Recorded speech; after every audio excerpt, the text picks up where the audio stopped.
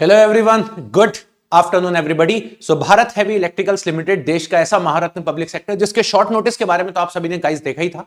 Engineer trainee के लिए भी, यानी कि बीटेक होल्डर्स के लिए भी, बीई होल्डर्स के लिए भी और सुपरवाइजरी ट्रेनी के लिए भी, जहां पर डिप्लोमा होल्डर्स के स्टूडेंट्स एलिजिबल हैं सभी ब्रांच के।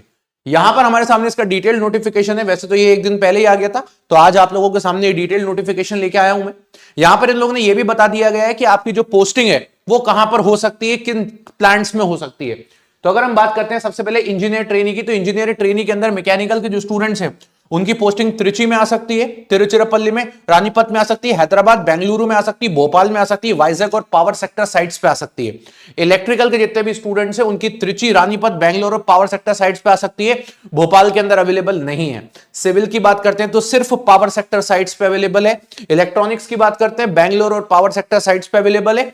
केमिकल की बात करता हूं तो यहां पर त्रिची, रानीपत, भोपाल और हरिद्वार में है। और अगर मैं बात करता हूं मेटलर्जी की तो यहां पे भी त्रिची और हरिद्वार में है। इसी के साथ सुपरवाइजर ट्रेनिंग की भी कुछ इसी प्रकार से अवेलेबल है। देन बात कर लेते हैं इनकी एलिजिबिलिटी इन लोगों ने क्या रखी है। तो जिस तरीके का एक स्टूडेंट को लग रहा था कि यहां पर एज क्राइटेरिया जो है वो काफी कम कर दिया गया, तो मैं भी इस चीज के लिए बोलूंगा कि यार सही बात है, age criteria at least UR category के लिए 30 रखना ही चाहिए। क्लियर। लेकिन इन लोगों ने यहां पे ये बोल दिया कि भैया इंजीनियर ट्रेनिंग के लिए हम लोग जो एज क्राइटेरिया रखेंगे वो 27 साल रखेंगे। और मुझे लगता नहीं कि इस चीज को ये चेंज करेंगे, क्योंकि और भी पब्लिक सेक्टर ऐसे हैं जो 27 ही कर रहे हैं, कुछ पब्लिक सेक्टर 30 भी कर रहे हैं। क्लियर। कुछ रिसर्च इंस्टीट्यूट 35 भी कर रहे हैं, लेकिन इन लोगों ने यहां पे साफ लिख दिया 27 है।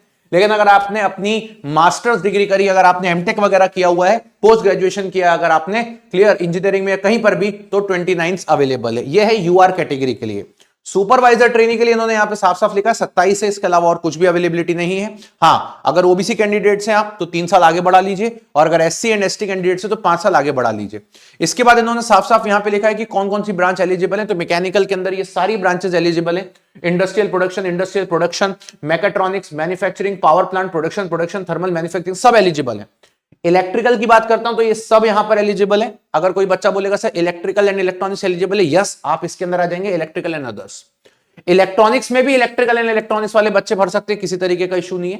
क्लियर। सिविल में ये सारी ब्रांचेस हैं, केमिकल में ये सारी ब्रांचेस हैं। देन इसके अलावा बात करता हूं तो आप लोग यहां पे देख सकते हो कि बीएचएल का सिलेक्शन प्रोसीजर क्या होता है। सबसे पहले तो ये कंबाइंड, यहां पर आपका कंप्यूटर बेस्ड टेस्ट लेते हैं। उसके बाद फिर ये 1:5 में इंटरव्यू के लिए कॉल करते हैं हर डिसिप्लिन के अंदर। इसके बाद बात कर लेते हैं तो यहां पर किस चीज का कितना वेटेज है। 75% वेटेज तो आपके पूरे के पूरे रिटन एग्जाम का, लेकिन 25% वेटेज यहां पे इंटरव्यू का स्कोर भी है। इसके बाद कंप्यूटर बेस्ड टेस्ट की बात करते हैं तो उसी के बेसिस पे 1:3 में डॉक्यूमेंट वेरिफिकेशन के लिए भी बुलाया जाता है। लास्ट टाइम का कट ऑफ भी मैं आपको बताऊंगा। सैलरी स्ट्रक्चर बहुत ही बेहतर है, ये आपको पता है। इंजीनियर ट्रेनी को करीब करीब आप ऐसा समझ लो कॉस्ट टू कंपनी यानी कि सीटीसी की बात कर लेते हैं, तो जो सीटीसी है वो करीब करीब 12 लाख के आसपास है, और जो सुपरवाइजरी ट्रेनी उनके 7.5 लाख के आसपास का सीटीसी बनता है। इसके बाद फिर मेडिकल स्टैंडर्ड इस सच कुछ नहीं है। एग्जाम फॉर्म की फीस की बात करते हैं, यूआर, ईडब्ल्यूएस और ओबीसी के लिए 600 रुपए है, प्लस 400 रुपए जीएसटी के साथ मिला के 1072 रुपए आती है। एससी एसटी कैंडिडेट्स के लिए टोटल फीस 472 आती है। उनको जीएसटी और प्रोसेसिंग फीस तो पे करनी है, बस एग्जामिनेशन फीस उनको नहीं देनी है।